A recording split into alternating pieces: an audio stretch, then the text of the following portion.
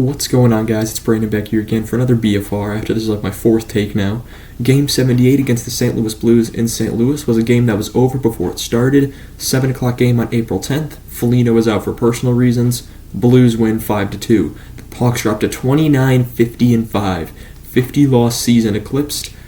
Shots were 26-20 St. Louis. Hits were 28-18 Chicago. Faceoffs 24-21 St. Louis. Power plays, Chicago goes 0 for 2, St. Louis goes 0 for 3. Mrazek goes 0 for 3. He saves 0 out of 3 shots. Soderblom does a little better, 21 out of 23. Hofer saves 18 out of 20.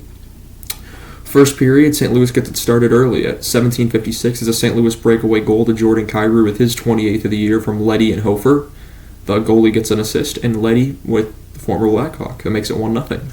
Then 17-14, about 42 seconds later, it's another goal from Jordan Kyrou with his 29th of the season, second of the game, from former Blackhawk Brandon Saad and Pavel Buchnevich to make it 2-0.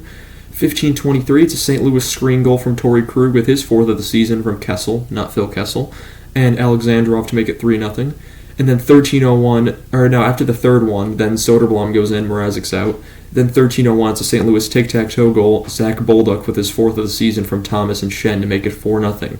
4 goals and 4 shots, and the Hawks are down 4-0, 6 minutes and 59 seconds in. 6:49, Chicago penalty to Zaitsev for holding, which would be killed. 30 seconds, St. Louis penalty to Perunovic for interference, which would be killed. So the Hawks start with a minute 30 on the power play. Not sure why I wrote 30. But 12:22 of the second period, Chicago penalty to Jones for eye sticking, which would be killed because it would be 4-on-4 for a minute 49 because 11 seconds later, St. Louis takes a penalty. It's Thomas this time for tripping, which would be killed. So that's all killed off. But while 4-on-4, however, 11:20 was a Chicago wraparound goal of Philip Kurashev with his 17th of the season from Korchinski to make it 4-1. And that was off a 2-on-1 with Korchinski. Korchinski ended up missing the net. Puck goes around the net. Kurashev's right there. He grabs it, wraps it around. It gets it past Hofer. There were visible line shakeups throughout the second period, that was for sure. Bedard hits the post. Athanasiou stops an Alexandrov chance. Shen denied. Blues are dominating. Shen hits the post. 1:29. It's a Chicago and St. Louis penalty. Vlasic and Tucker both get penalties for roughing. We go to the third, where Slaggert hits the post as he still looks for his first official goal. 14:54. Chicago penalty to Radish for delay of game, which would be killed. 9:59 to St. Louis rebound goal to Robert Thomas with his 25th of the year from Shen and Bolduc to make it 5-1. 3:09 then it happens. Landon Slaggert gets the goal with his first of his NHL career, first of the season from Donato and Entwistle to make it 5-2.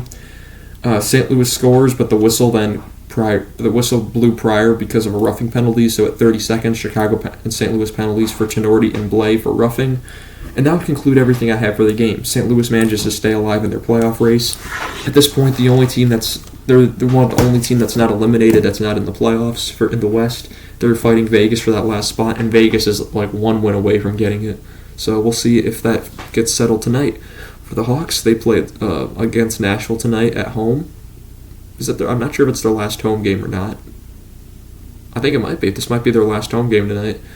But that's going to be all I have for you guys in this one. I want to thank you guys so much for watching. I have a video coming soon about the Coyotes. I have the whole board written out right over there. Are they moving to Salt Lake? We'll see. See you guys in the next one. Have a good one.